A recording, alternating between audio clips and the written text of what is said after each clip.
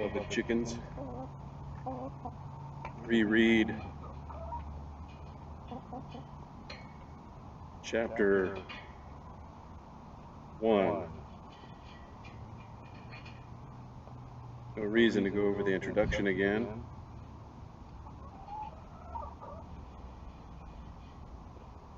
Let's see if I can find it.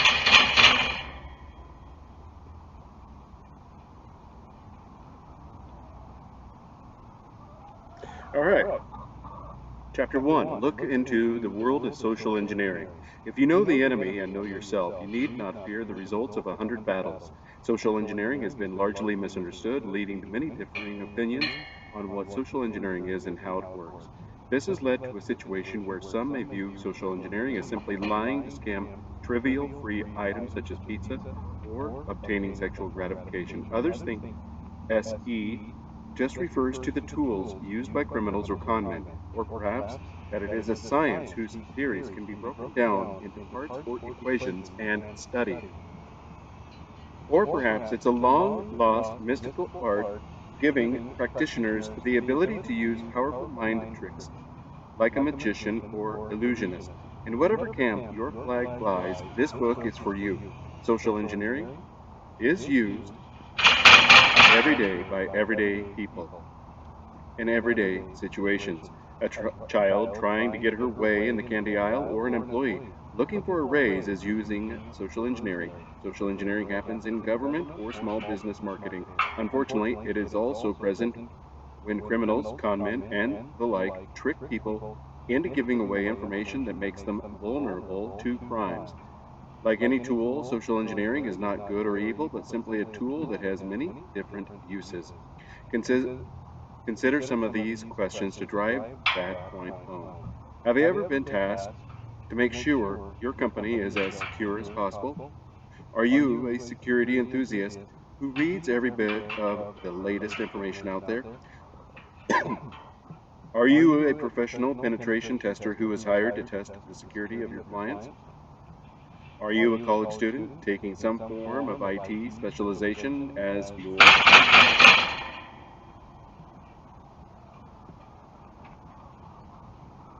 Are you presently a social engineer looking for new and improved ideas to utilize your practice? Are you a consumer who fears the dangers of fraud and identity theft? Regardless of which one of those situations fits you, the information contained within this book will open your eyes to how you can use social engineering skills.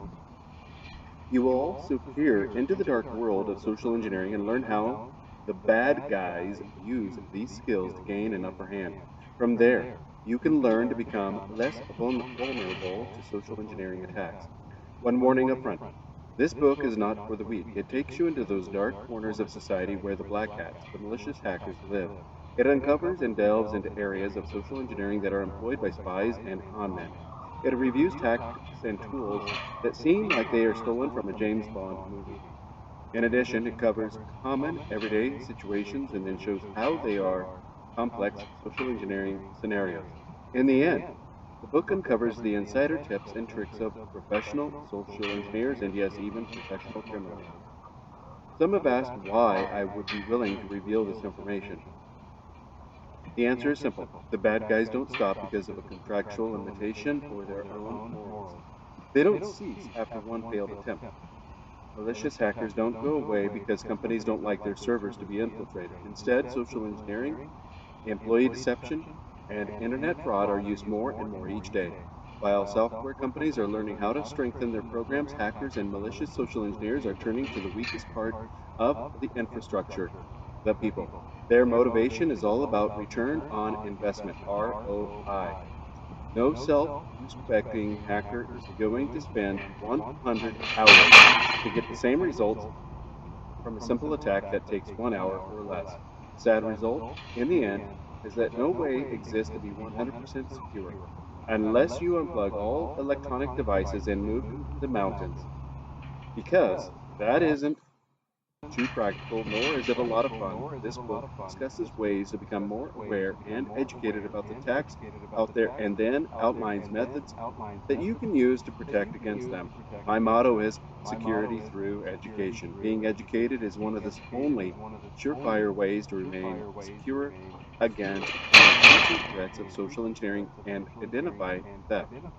Kaspersky Lab, a leading provider of antivirus and protection software, estimated that more than 100,000 malware samples were spread through social networks in 2009. In a recent report, Kaspersky estimated that attacks against social networks are 10 times more successful than other types of attacks. The old hacker adage, knowledge is power, does apply here. The more knowledge and understanding one has of the dangers and threats of social engineering each consumer and business can have, and the more each attack scenario is dissected, the easier it will be to protect from, mitigate, and stop these attacks. That is where the power of all this knowledge will come in. Why this book is so valuable.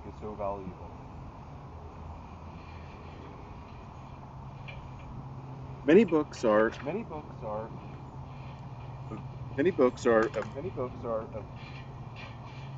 available on the market on security hacking, penetration testing, and even social engineering. Many of these books have very valuable information and tips to help their readers. Even with all the information available, a book was needed that takes social engineering information to the next level and describes these attacks in detail, explaining them from the malicious side of the fence. This book is not merely a collection of cool stories, neat hacks, or wild ideas. This book covers the world's first framework for social engineering. It analyzes and dissects the very foundation of what makes a good social engineer and gives practical advice on how to use these skills to enhance the reader's ability to test the biggest weakness, the human infrastructure, the layout. This book offers a unique approach to social engineering. It is structured closely to the in-depth social engineering framework found at www.socialengineer.org/framework. This framework outlines the skills and the tools, physical, mental, and personality, a person should strive to possess to be an excellent social engineer.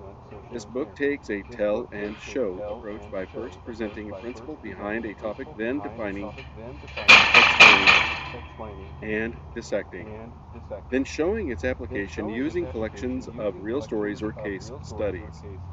This is not merely a book about stories or neat tricks, but a handbook, a guide through the dark world of social engineering. Throughout the book, you can find many internet links to stories or accounts, as well as links to tools or other aspects of the topics discussed. Practical exercises appear throughout the book that are designed to help you master not only the social engineering framework, but also the skills to enhance your daily communications. These statements are especially true if you are a security specialist. As you read this book, I hope to impress upon you that security is not a part-time job and is not something to take lightly. As criminals and malicious social engineers seem to go from bad to worse in this world, attacks on businesses and personal lives seem to get more intense. Naturally, everyone wants to be protected, as evidenced by the increase in sales for personal protection software and devices. Although these items are important, the best protection is knowledge, security through education. The only true way to reduce the effect of these attacks is to know they exist, to know how they are done, and to understand the thinking process and mentality of the people who would do such things. When you possess this knowledge and you understand how malicious hackers think, a light bulb goes off. The proverbial light will shine upon the once darkened corners and enable you to clearly see the bad guys lurking there. When you can see the way these attacks are used ahead of time, You can prepare your companies and your personal affairs to ward them off. Of course, I am not contradicting what I said earlier. I believe there is no way to truly be 100% secure. Even top secret, highly guarded secrets can be and have been hacked in the simplest of manners. Look at the archive story at socialengineer.org/resource/book/top secret stolen.htm from a newspaper in Ottawa, Canada. This story is very interesting because some documents ended up in the wrong hands. These weren't just any documents, but top secret defense documents that outline things such as locations of security fences at the Canadian Forces Base, CFB, in Trenton, the floor plan of the Canadian Joint Incident Response Unit, and more. How did the breach occur? The plans were thrown away in the trash can, and someone found them in the dumpster. A simple dumpster dive could have led to one of that country's largest security breaches. Simple yet deadly attacks are launched every day and point to the fact that people need education, need to change the way they adhere to password policies and the way they handle remote access to servers, and need to change the way they handle interviews, deliveries, and employees who are hired or fired. Yet without education, the motivation for change just isn't there. In 2003, the Computer Security Institute did a survey along with the FBI and found that 77% of the companies interviewed stated a disgruntled employee as the source of a major security breach. Vontu, the data loss prevention section of Symantec, go.symantec.com/Vontu/ says that 1 out of every 500 emails contains confidential data. Some of the highlights of that report quoted from the financialservices.house.gov/media.pdf/ June 24, 2003, JA.pdf are as follows. 62% reported incidents at work that could put customer data at risk for identity theft. 66% say their coworkers, not hackers, pose the greatest risk to consumer privacy. Only 10% said hackers were the greatest threat. 46% say it would be easy to extremely easy for workers to remove sensitive data from the corporate database. 32%, about 1 in 3, are unaware of internal company policies to protect customer data. These are staggering and stomach-wrenching statistics. Later chapters discuss these numbers in more detail. The numbers show a serious flaw in the way security itself is handled. When there is education, hopefully before a breach, then people can make changes that can prevent unwanted loss, pain, and monetary damage. Sun Tzu said, "If you know the enemy and know yourself, you need not fear the results of 100 battles." How true those words are, but knowing is just half the battle. Action on knowledge is what defines wisdom, not just knowledge alone. This book is most effective used as a handbook or guide through the world of social attacks, social manipulation, and social engineering. 1, 2, 3. All right. Give me a second here to get the correct page. Many books. Why this book is so valuable. Let's see. No, we already read that. The layout. This book offers a unique approach to social engineering. It is structured closely to the in-depth social engineering. We read that too. What's coming up? This book is designed to cover all aspects, tools, and skills used by professional and malicious social engineers. Each chapter delves deep into the science and art of a specific social engineering skill to show you how it can be used, enhanced, and perfected.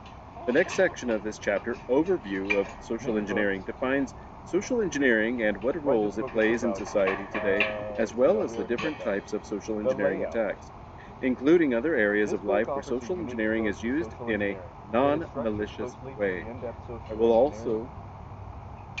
also discuss how a social engineer can use the social engineering framework in planning an audit or enhancing his own skills. Chapter 2 is where the real meat of the lessons begins. Information gathering is the foundation of every social engineering audit. The social engineer's mantra is, "I am only as good as the information I gather." A social engineer can possess all the skills in the world, but if he or she doesn't know about the target, if the social engineer hasn't outlined every intimate detail, then the chance of failure is more likely to occur. Information gathering is the crux of every social engineering engagement. Although people's skills and the ability to think on your feet can help you get out of a sticky situation, more often than not, the more information you gather, the better your chances of success. The website that I've forgotten the name of is called inteltechnique.com. It used to be open to the public, but has since gone behind a paywall. But they had a great map of online resources and recommendations for offline resources. The questions that I will answer in that chapter include the following: what sources can a social engineer use? What information is useful? How can a social engineer collect, gather, and organize this information? How technical should a social engineer get? How much information is enough? After the analyzation of information gathering, the next topic addressed in Chapter 2 is communication modeling. This topic closely ties in with the information gathering. First, I will discuss what communication modeling is and how it began as a practice. Then the chapter walks through the steps needed to develop and then use a proper communication model. It outlines how a social engineer uses this model against a target and the benefits in outlining it for the very engagement. Chapter 3 covers elicitation, the next logical step in the framework. It offers a very in-depth look into how questions are used to gain information, passwords, in-depth knowledge of the target and his or her company. You will learn what is good and proper elicitation and learn how important it is to have your elicitations planned out.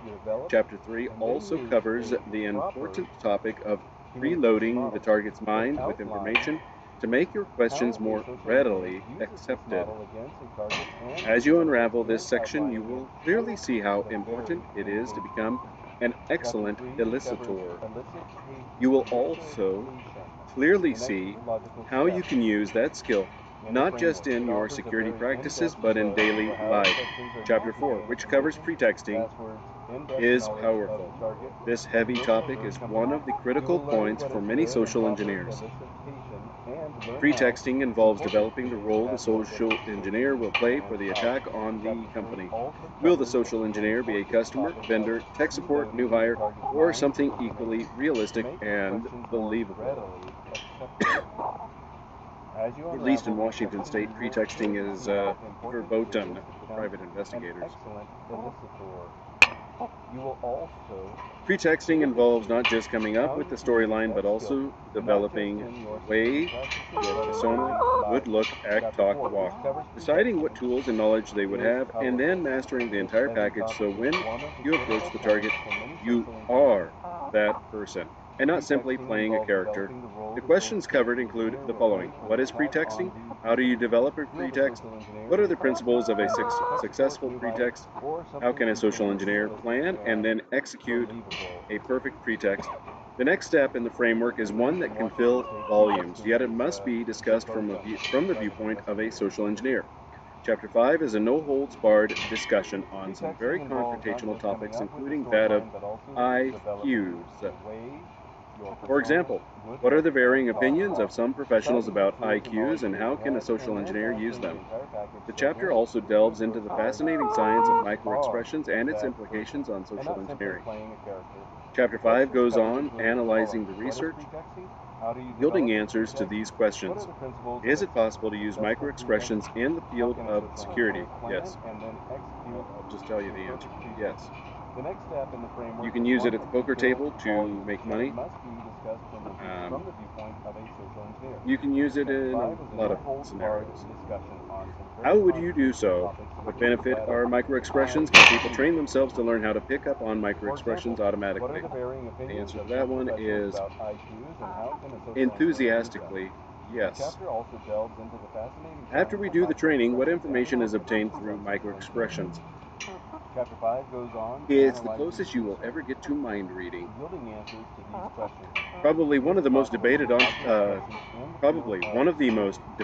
topics in Chapter 5 is neurolinguistic programming, NLP. The debate has many people undecided on what it is and how it can be used. Chapter 5 presents a brief history of NLP as well as what makes NLP such a controversy. You can decide for yourself whether NLP is useful in social engineering. Alright, chickens, we've already discussed this, but for those who are first hearing this on the recording, Troutdale, Oregon Police Department hosted a training seminar on NLP, which I attended. I was the only non-law enforcement officer in attendance of a room full of law enforcement officers receiving NLP training. So ask yourself this. Those who are tasked by the government to end your life, deprive you of your freedom, your liberty, and they're basing it upon NLP observations. No matter what your opinion is of NLP, the police are using it and depriving you of your rights. Chapter 5 also discusses one of the most important aspects of social engineering in person or on the phone, knowing how to ask good questions. Listen to responses and then ask more questions. Interrogation and interviewing are two methods that law enforcement have used for years to manipulate criminals to confess as well as to solve the hardest cases. This part of Chapter 5 puts to practical use the knowledge you gained in Chapter 3. Richard Whitehead's forensic statement analysis would be a form of what is being described here. In addition, Chapter 5 discusses how to build instant rapport, a skill you can use in everyday life. The chapter ends by covering my own personal research into the human buffer overflow. The notion that the human mind is much like the software that hackers exploit every day. By applying certain principles, a skilled social engineer can overflow the human mind and inject any command they want. These aren't the droids you're looking for. It's the classic go-to example for everybody. And it works. Just like hackers write overflows to manipulate software to execute code, the human mind can be given certain instructions to, in essence, overflow the target and insert custom instructions. Chapter 5 is a mind-blowing lesson in how to use some simple techniques to master how people think. You can hijack their thinking. You can get them to say elephant, Denmark, carrot. Yeah, no, it's shocking. Many people have spent their lives researching and proving what can and does influence people. Influence is a powerful tool with many facets to it. To this end, Chapter 6 discusses the fundamentals of persuasion. The principles engaged in Chapter 6 will start you on the road toward becoming a master of persuasion. The chapter presents a brief discussion of the different types of persuasion that exist and provides examples to help solidify how you can use these facets in social engineering. The discussion doesn't stop there. Framing is also a hot topic nowadays.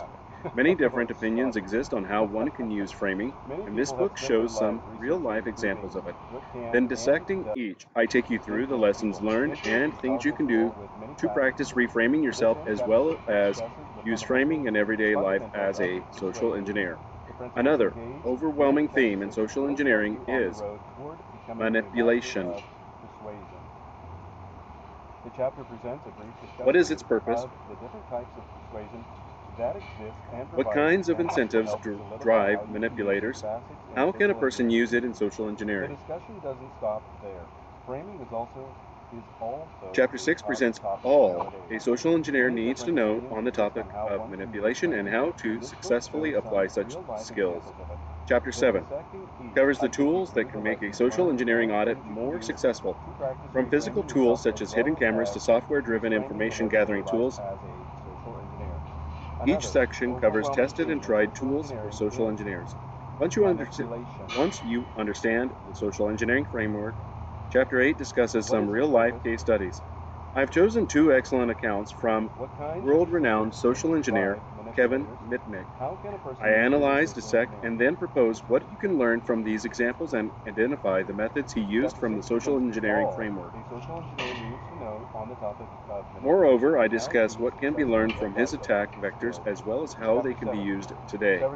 I discuss some personal accounts and dissect them as well. What social engineering guide would be complete without discussing some of the ways you can mitigate these attacks? The appendix provides this information. I answer some common questions on mitigation and give some excellent tips to help you secure you and your organization against these malicious attacks. The preceding overview is just a taste of what is to come. I truly hope you enjoy reading this book as much as I have enjoyed writing it. Social engineering is a passion for me. I do believe there are certain traits, whether learned or inherent, that make someone a great social engineer. I also subscribe to the belief that with enough time and training, anyone can learn the different aspects of social engineering and then practice these skills to become a proficient social engineer.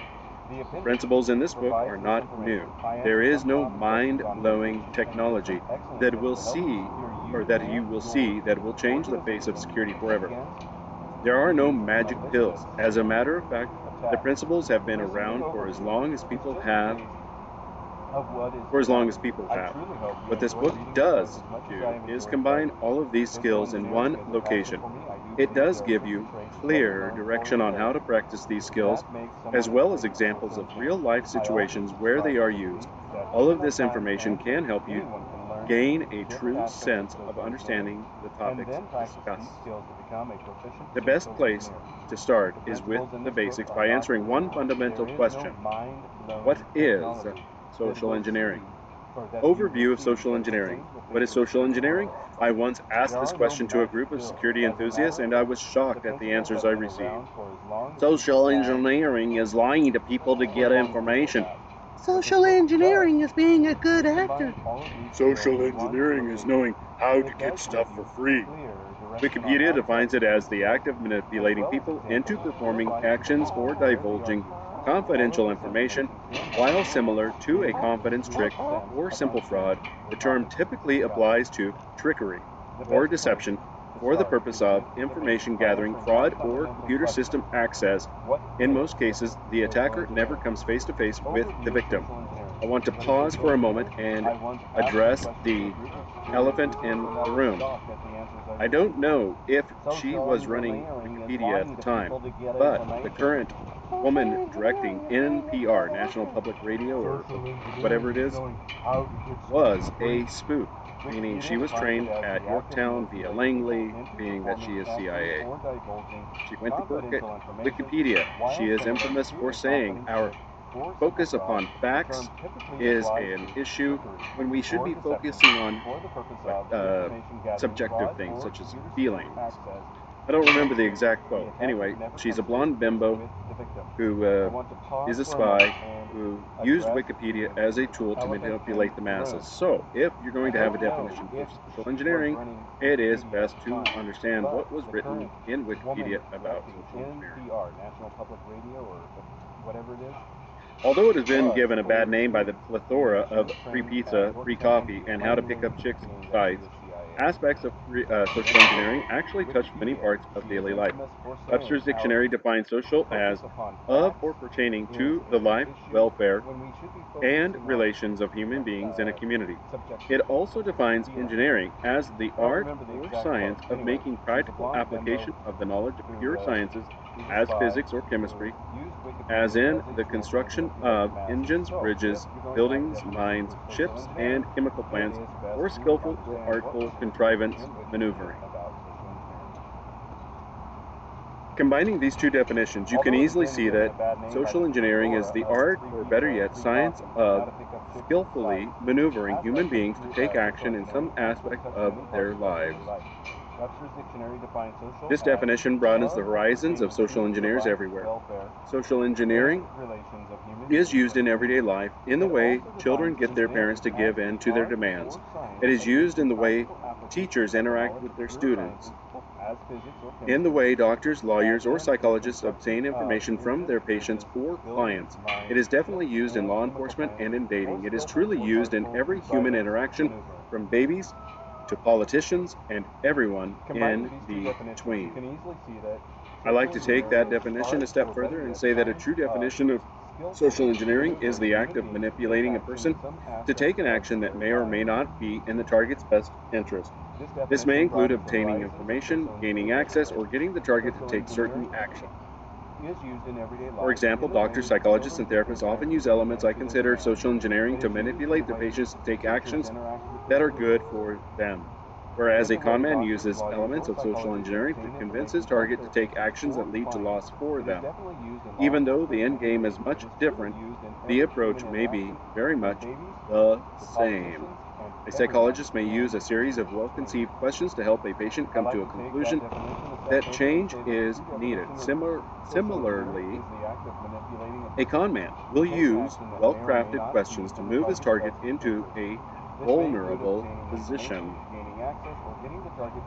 Both of these examples are social engineering at its truest form, but have very different goals and results. Social engineering is not just about deceiving people or lying or acting a part. In a conversation I had with Chris Nickerson, a well-known social engineer from the TV series Tiger Team, he said true social engineering is not just believing you are playing a part, but for that moment you are that person. You are that role. It is what your life is. Social engineering is not just any one action, but a collection of the skills mentioned in the framework that, when put together, make up the action, the skill, and the science I call social engineering. In the same way, a wonderful meal is not just one ingredient, but is made up by the careful combining, mixing, and adding of many ingredients. This is how I imagine social engineering to be, and a good social engineer is like a master chef. Put in a little dab of elicitation, add a shake of manipulation, and a few heaping handfuls of pretexting, and bam! Out comes a great meal of the perfect social engineer. Of course, this book discusses some of these facets, but the main focus is what you can learn from law enforcement, the politicians, the psychologists, and even children, to better your abilities to audit and then secure yourself. Analyzing how a child can manipulate a parent so easily gives the social engineer insight into how the human mind works. Noticing how a psychologist phrases questions can help to see what puts people at ease. Noticing how a law enforcement agent performs a successful interrogation gives a clear path on how to obtain information from a target. Seeing how governments and politicians frame their messages for the greatest impact can show what works and what doesn't. Analyzing how an actor gets into a role can open your eyes to the amazing world of pretexting. By dissecting the research and work of some of the leading minds in microexpressions and persuasion, you can see how to use these techniques in social engineering. By reviewing some of the motivators of some of the world's greatest salespeople and persuasion experts, you can learn how to build rapport, put people at ease, and close deals. Then, by researching and analyzing the flip side of this coin, the conmen, scam artists, and thieves, you can learn how all of these skills come together to influence people and move people in directions they thought they would never go. Mix this knowledge with the skills of lockpicks, spies who use hidden cameras, and professional information gatherers, and you have a talented social engineer. You do not use every one of these skills in each engagement, nor can you master every one of these skills. Instead, by understanding how these skills work and when you use them, anyone can master the science of social engineering. It is true that some people have a natural talent, like Kevin Mitnick, who could talk anyone into anything. It seemed Frank Abagnale Jr. seemed to have the natural talents to con people into believing he was who he wanted them to believe he was. Victor Lustig did the unbelievable, actually convincing some people that he had the rights to sell the Eiffel Tower, topped only by a scam on Al Capone. These social engineers, and many more like them, seem to have natural talent or a lack of fear that enables them to try things that most of us would never consider attempting. Unfortunately, in the world today, malicious hackers are continually improving their skills at manipulating people, and malicious social engineering attacks are increasing. Dark Reading posted an article on darkreading.com/database security/security/attacks/show article .jhtml article ID equals 2262000272. That cites that data breaches have reached between $1 and $53 million per breach. Citing research by the Ponemon Institute, Dark Reading states, Ponemon found that web-borne attacks, malicious code, and malicious insiders are the most costly types of attacks, making up more than 90% of all cybercrime costs per organization per year. A web-based attack costs $143,209, malicious code $124,083, and malicious insiders $100,300. Malicious insiders being listed on the top 3 suggests that businesses need to be more aware of the threats posed by malicious social engineering, even from employees. Many of these attacks could have been avoided if people were educated because they could act on that education. Sometimes, just finding out how malicious people think and act can be an eye-opener. As example, on a much smaller and more personal scale, I was recently discussing with a close friend her financial accounts and how she was worried about being hacked or scammed. In the course of the conversation, we started to discuss how easy it is to guess people's passwords. I told her that many people use the same passwords for every account. I saw her face go white as she realized this is her. I told her that most people use simplistic passwords that combine things like their spouse's name, his or her birthday, or anniversary date.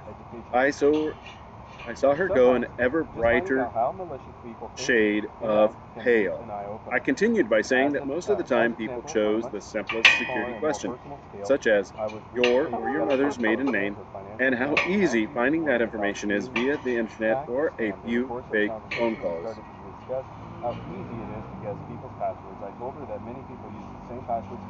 Many people will list this information in Blippi, Twitter, Facebook accounts. This particular friend didn't use social media sites too much, so I asked her that if she thought with a few phone calls she could picture herself giving over this information. Of course, she said no. To illustrate how easily people hand over personal information, I told her that I once saw a placemat in a restaurant that had a $50 off coupon for a local golf course, a very attractive offer. To take advantage of this offer, you only had to provide your name, date of birth, and street address, and provide a password for an account that would be set up and sent to your email address. I only noticed this in the first place because someone had started filling out the coupon and left it on the table. Everyday websites are created to collect such sensitive information. A phone call with a survey or some quick research on the internet can yield a birth date or anniversary date, and armed with this information, I have enough to build a password attack list. Plus a dozen sites offer detailed records of all sorts of personal information of an individual for a mere $9 to $30 US. Realizing how malicious social engineers think, how scammers react to information, and how con men will try anything, can help people to be more aware of what is going on around them. A team of security enthusiasts and I have scoured the internet collecting stories that show many different aspects of social engineering. These stories can help answer a vital question: how is social engineering used in society over time?